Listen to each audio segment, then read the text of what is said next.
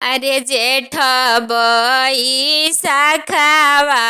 के काली काली रतिया हो, पापा के सोवे नहीं देश, पापा के सोवे नहीं देश।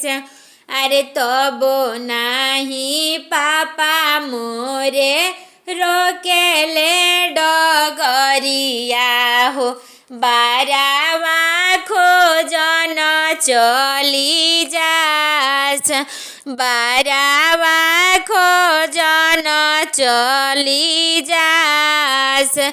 अरे पूर्व खोजनी पापा पश्चिम खोजनी हो, खोजी आईनी पूरा सनासार। अरे तोहारा ही जोगे बर ना मिलले बेटी हो, डूबी मर पोखरा तालाब, डूबी मर पोखरा तालाब। अरे ये ताना बचन जब सुनेली दुलारी बेटी, बेटी रोवेली अछोधार। अरे काहे खाती ए पापा से जिया लगावेल, काहे के सोवेल रानी वास, काहे के सोवेल रानी वास।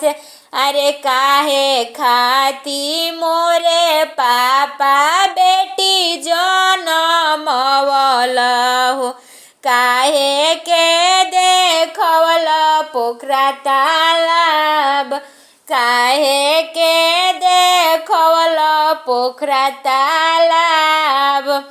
अरे ऐसन बोला नती बोला फाटेला करे जावा हो, दिलावा में लागेला चोट। अरे सौखेला ही मोरे बेटी से जिया लगाइले, सौखेला सोइले रानी वास।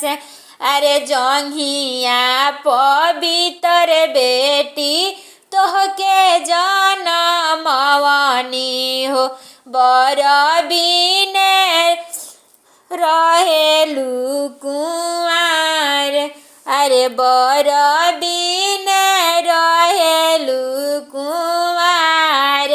अरे जाऊ जाऊ पापाय अवधपुर नगरी हो, राजा दशरथ दाराबार।